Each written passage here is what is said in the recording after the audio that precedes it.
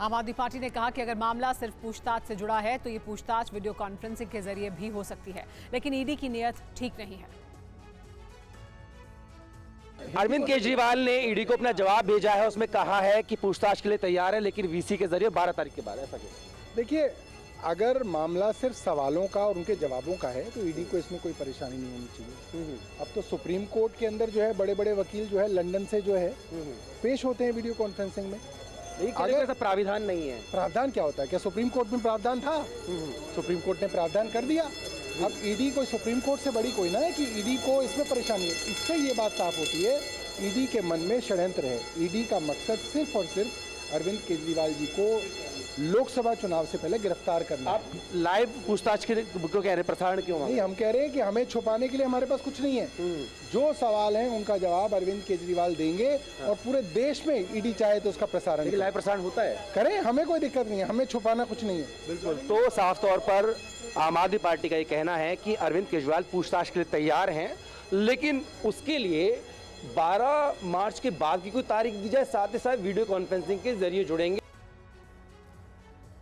बड़ी खबर कांग्रेस के लिए गुजरात से आ रही है, जहां पर गुजरात से कांग्रेस को नया झटका लग गया है। वरिष्ठ नेता अर्जुन मोढवाडिया ने इस्तीफा दिया है, कांग्रेस छोड़ दी है उन्होंने, कांग्रेस पार्टी से इस्तीफा दे दिया है अर्जुन मोढवाडिया ने। अर्जुन मोढवाडिया को लेकर जनवरी महीने में जब उन्होंने प्राण प्रतिष्ठा हो रहा था राम जन्मभूमि को लेकर, राम मंदिर में रामलला की प्राण प्रतिष्ठा हो रही थी, तब कांग्रेस पार्टी को नसीहत दी थी, तब उनके इस्तीफे की खबरें उड़ी थी, तब उन्होंने कहा था ये महज अफवाह है। लेकिन एक बार फिर से अब ये बड़ी खबर जो कंफर्म होती हुई नजर आ रही है, खबर आ रही है कि गुजरात से कांग्रेस को नया झटका लगा है। वरिष्ठ नेता अर्जुन मोढवाडिया ने कांग्रेस छोड़ दी है। सचिन पाटिल इस वक्त हमारे साथ हमारे सहयोगी जुड़ा है। सचिन, क्या डिटेल्स और आ रही है, क्योंकि ये खबर जनवरी महीने में उठी थी और अब उनके पार्टी छोड़ने की खबर आ रही है? प्रीति, देखिए, ये जो विजुअल्स आप देख रहे हैं, विजुअल्स में अर्जुन मोढवाडिया जो कार्यालय पहुंचने से पहले ही उन्होंने ये निवेदन मीडिया के सामने दे दिया कि मैं इस्तीफा देने जा रहा हूं। तो विधानसभा के जो अध्यक्ष हैं शंकर चौधरी, उनके सामने वो बैठे हुए हैं, उन्होंने अपना इस्तीफा सौंप भी दिया है। स्वाभाविक तौर पर कांग्रेस के लिए ये बहुत बड़ा झटका है और ऐसे में कि जब 7 तारीख को यहाँ पर राहुल गांधी की भारत जोड़ो न्याय यात्रा पहुंचेगी, दाहोद से वो यात्रा पहुंचने वाली है और उससे पहले पहले ये जो रेजिग्नेशन है अर्जुन मोढवाडिया, जो कि कांग्रेस के अध्यक्ष भी रह चुके हैं, विधानसभा में विरोध पक्ष के नेता भी रह चुके हैं, इसके अलावा बड़ी जिम्मेवारियां उन्होंने कांग्रेस पार्टी में निभाई है और ऐसे में वो भी लोकसभा चुनाव से पहले पहले उनका जाना, तो ये एक बड़ी जो लॉस है वो कांग्रेस के लिए है गुजरात में। और जो ओबीसी वोट बैंक है, वो ओबीसी वोट बैंक के लिए एक मतलब दिक्कत कांग्रेस के लिए खड़ी हो सकती है। और ये जो निवेदन उन्होंने उस समय भी दिया था जब राम मंदिर की प्राण प्रतिष्ठा हो रही थी और कांग्रेस की तरफ से जो निवेदन आया था, तो उसको लेकर के भी एक तरह से उनकी नाराजगी थी कि ये जो रुख है कांग्रेस अख्तियार कर रही है वो नहीं करना चाहिए।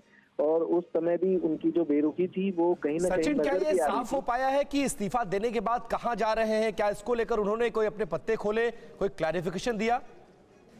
देखिए समीर, सीधा सीधा एक कयास तो लगाया जा सकता है कि अर्जुन मोढवाडिया सीधे सीधे बीजेपी में जा सकते हैं, लेकिन हाँ, अभी तक उनकी तरफ से कोई आधिकारिक बयान नहीं आया है। लेकिन ये जो बातें हैं वो सामने चलकर आ रही हैं कि अर्जुन मोढवाडिया भारतीय जनता पार्टी में जुड़ सकते हैं। हो सकता है कि कल या परसों में ही वो भारतीय जनता पार्टी के साथ जुड़ जाएं।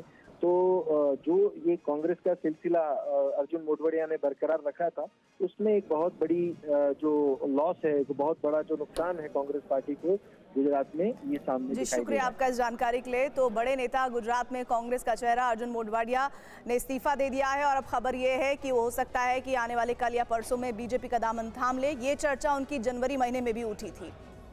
खबरों में आगे बढ़ेंगे। दिल्ली में रैट होल माइनर वकील हसन ने डीडीए के एमआईजी फ्लैट लेने के ऑफर को ठुकरा दिया है। वकील हसन के समर्थन में आज डीडीए मुख्यालय के बाहर विरोध प्रदर्शन भी हुआ। 28 फरवरी को डीडीए की तरफ से रैट होल माइनर वकील हसन के घर तोड़ने के बाद अब ये मामला तूल पकड़ता जा रहा है। वकील हसन ने डीडीए के एमआईजी फ्लैट की पेशकश ठुकरा दी है। हसन के समर्थन में आज डीडीए मुख्यालय के बाहर विरोध प्रदर्शन भी किया गया। ट्रेड यूनियन ने वकील हसन के मकान पर बुलडोजर कार्रवाई के खिलाफ विरोध प्रदर्शन का फैसला किया था। जब खजूरी खास के श्री राम कॉलोनी में गिराया गया, उसके बाद लगातार वो धरना प्रदर्शन पर अपने उसी प्लॉट के बाहर बैठे हैं जिसको डीडीए ने डेमोलिश किया था। और आज उनकी पत्नी तमाम लोगों के साथ यहाँ डीडीए के मुख्यालय पर दिल्ली में पहुंच गई है विरोध प्रदर्शन करने के लिए। इनकी मांग है कि जिस जगह पर प्लॉट पर मकान का डेमोलिशन किया गया, उसी प्लॉट को उन्हें दिया जाए, उसका मालिकाना हक उन्हें दिया जाए। दिल्ली के खजूरी खास श्री राम कॉलोनी में 28 फरवरी को रैट होल माइनर वकील हसन का मकान डीडीए ने गिरा दिया था। वकील हसन ने उत्तराखंड के सिलकियारा में टनल में फंसे 41 मजदूरों को निकालने में अहम भूमिका निभाई थी और सफल रेस्क्यू ऑपरेशन के बाद चर्चा में आए थे। और अगली बड़ी खबर दिल्ली से, जहां पर दीनदयाल उपाध्याय मार्ग से आम आदमी पार्टी का दफ्तर शिफ्ट किया जाएगा। सुप्रीम कोर्ट ने जून 2024 तक का शिफ्टिंग के लिए समय दिया हुआ है। राउज एवेन्यू कोर्ट क्षेत्र में अभी फिलहाल ये दफ्तर बना हुआ है।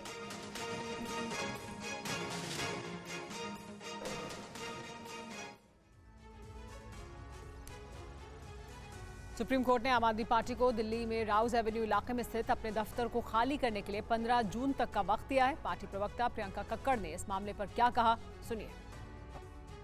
आम आदमी पार्टी का ये राष्ट्रीय दफ्तर है, लेकिन इस पर फिलहाल खतरा मंडराया हुआ है। कोर्ट ने इसे 15 जून तक खाली करने के लिए कहा। इस पर आम आदमी पार्टी का क्या कहना है?